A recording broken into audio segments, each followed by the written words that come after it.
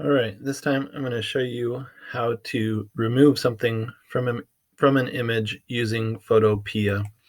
So again, I'm just going to use Google to search for Photopea. There it is, first one on there. I'll click on it. It'll bring me to the very first page, and I'm going to open something from my computer. If you have a new project you want to start or something, go ahead and do that. But I'm just getting an image from my computer, from my desktop.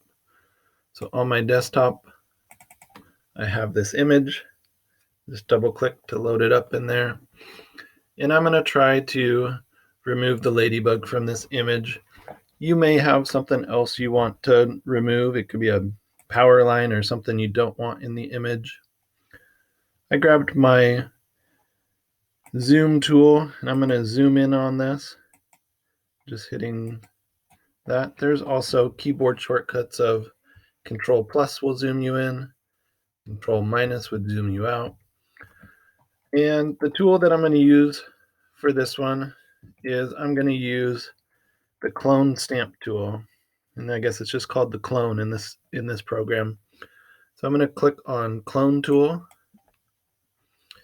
and you'll see my cursor is kind of small there, so I'm going to change the size of it.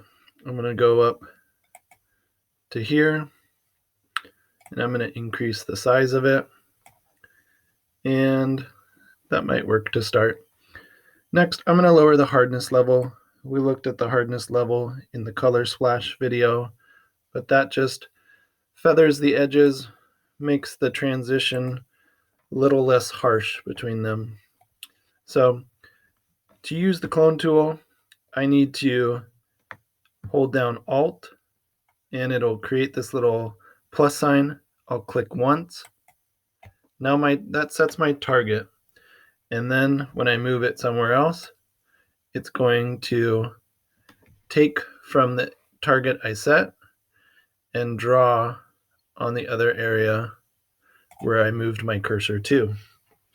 So I'm going to undo that step, edit, step backwards will undo that last step I did. So you could use this also to remove something. So again, I'm going to put my cursor here.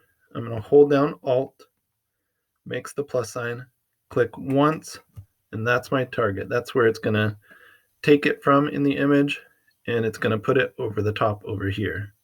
And I can click again and start to draw.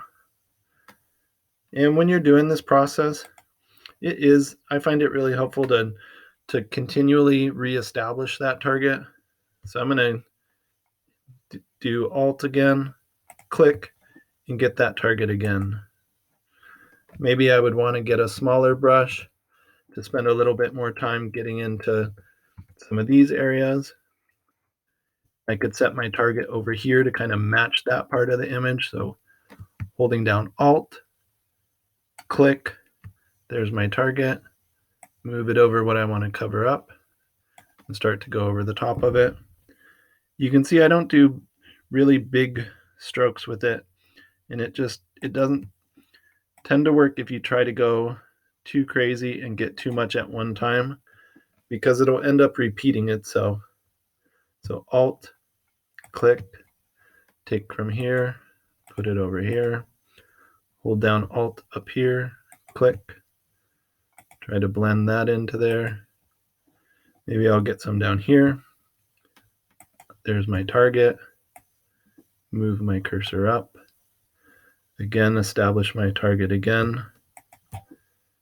And if you go back and forth like that, you're going to have a lot better results than if you just try to do it all at once. A couple more and I almost got it. So then I could zoom out and remove the ladybug from the image. And that was all just using that clone tool. So if you want to give that a try, go ahead.